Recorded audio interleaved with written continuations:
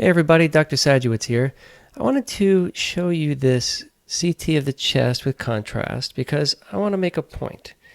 And as you saw in the title of the video, was this an example of a bad patient or a bad technologist? Well, let's go through the images and see. Okay, so here we have the top of the chest, and we're going to start scrolling down. Now, you don't have to look at any structures. That's not the point of this video. So let's just scroll down to the bottom of the chest. Okay, great. So we're at the bottom because lung bases have ran out on both sides. Okay, and then you go a little bit into the upper abdomen, just to the point where you can see the adrenal glands. And so that's your target when you're setting up for scanning the chest, right? You want to go from the just above the thoracic inlet down to at least covering the adrenal glands. Let's just keep scrolling and see how far this goes. Okay, now we can see vessels coming off the aorta. We got these mesenteric vessels, and now we have renal arteries, and we can see, at least halfway through the kidneys. And you can just keep going. The liver's gone. We've already scanned all the way through the liver, which was over here. And now we're all the way at the bottom of the kidneys. So basically, this was a CT chest ordered from the ER, and the tech has given us a chest and abdomen study. So normally, we would want to call this an overscan, and we would QA this case and say, hey, you delivered way too much radiation dose to the patient. Okay, why did you scan the abdomen? We just wanted the chest.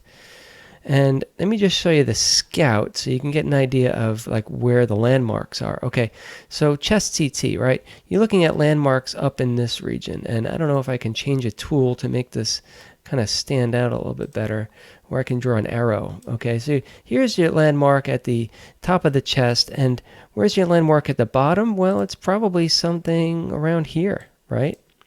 And where did the tech scan down to? The tech scanned all the way down to somewhere around here. Okay, how many inches, or actually you could probably just measure this. This is going to be interesting. The tech scanned an extra 9 centimeters worth of the patient here. Okay, how much extra radiation do you think this patient just got because of that?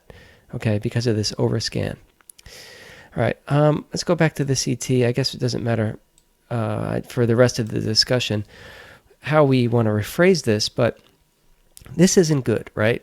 When we see something like this, we want to QA it and be like, hey, come on, you got to pay more attention to what you're doing because you gave the patient way too much radiation dose.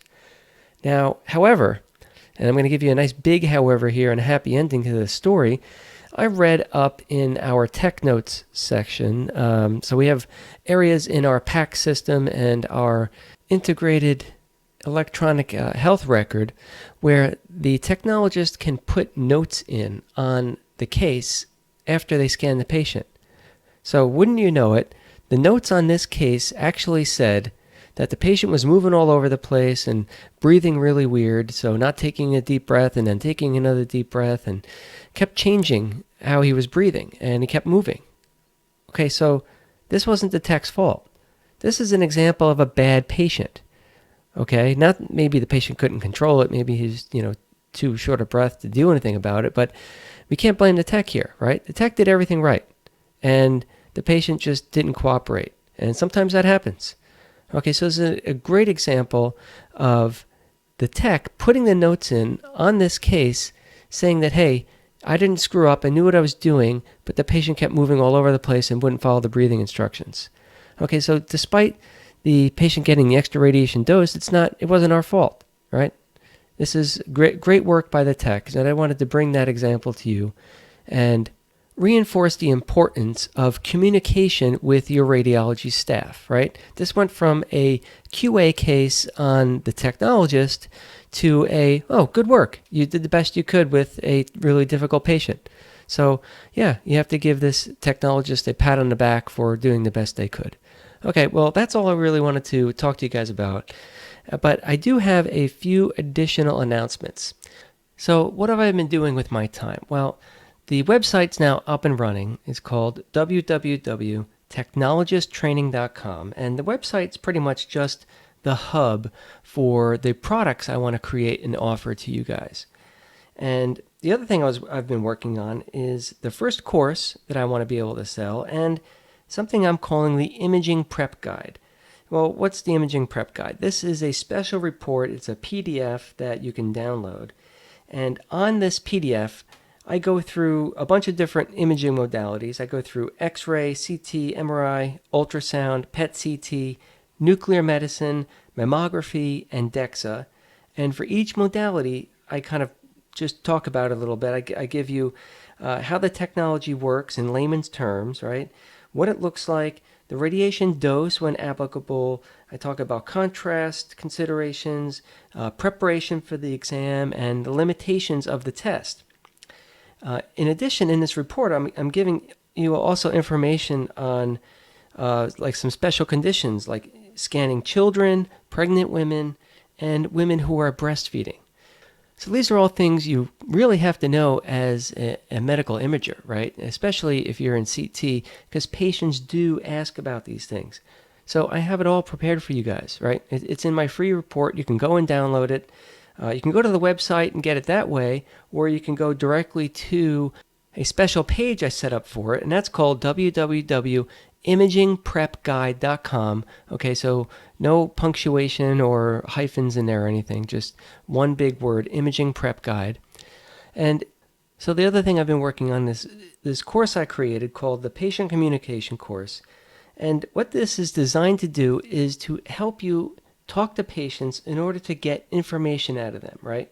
Okay, this is very important for a senior technologist to do, but there's a lot of things that are going on in this course. You're going to end up being more confident and have more competence and get more respect at work. You're going to learn about questions that you should be asking the patient, and you're going to learn how to pick up medical errors and mistakes, right? So the other things in the course I talk about is like how to stand out in a team setting. I talk about why you are in the service industry and what that means.